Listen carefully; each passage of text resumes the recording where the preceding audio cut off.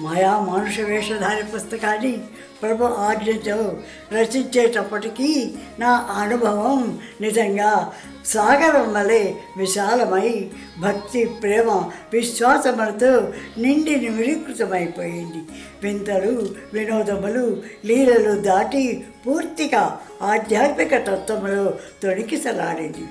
జీవిత సాఫల్యమునకు కావలసిన ఉత్తమోత్తమైనటువంటి సందేశములు జ్ఞాన విజ్ఞాన సంపత్తితో పరమాత్మ తత్వంతో నా యొక్క బుద్ధిని వికసింపచేసింది అనడానికి ఎంతైనా నేను ఆనందిస్తున్నాను. అమానుషమైనటువంటి వేదాంత సారములను చమత్కారముతో ఉపమానములతో వ్రాయగలిగే శక్తిని, తెలివిని ప్రభువు నాకు ప్రసాదించారు.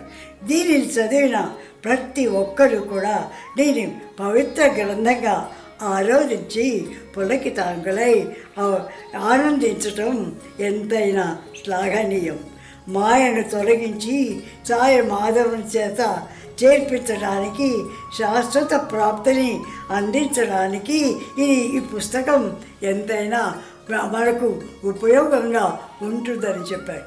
ఇంతేకాకుండా నిజంగా మాయను గురించి చెప్పాలంటే స్వామి ఈ మాయను గురించి ఎంత విపులంగా, వివరంగా, ఎంత గొప్పగా ఆ మాయను పొగడారో చెప్పడానికి వీలే కాదు. మాయ లేకుండా ఈ జీవించడానికి వీలు కాదు అన్నాడు.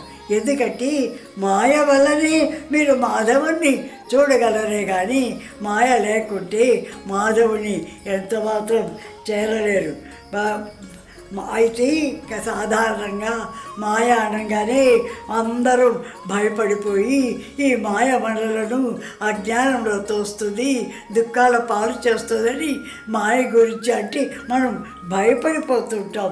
కానీ స్వామి దీన్ని ఎంత చక్కగా వివరించారంటే ఏ వేదంలోనా, ఏ పురాణంలోనా, ఏ చరిత్రలోనా ఈ మాయ గురించి స్వామి ఇచ్చినటువంటి ఆదర్శములు, ఉపమానములు మనకి ఎక్కడా చిక్కవు. స్వామి అన్నారు, మాయ ఈజ్ యువర్ రియల్ ఫ్రెండ్. మాయ లేకుంటే మాధవుని ఎట్లా చూడగలరు?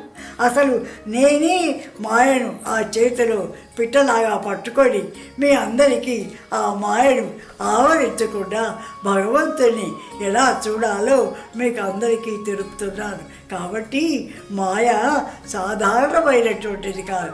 మాయ మాధవుడు ఇద్దరు జంట పక్షులు అని చెప్పడానికి ఎంతైనా ఆనందిస్తున్నాం.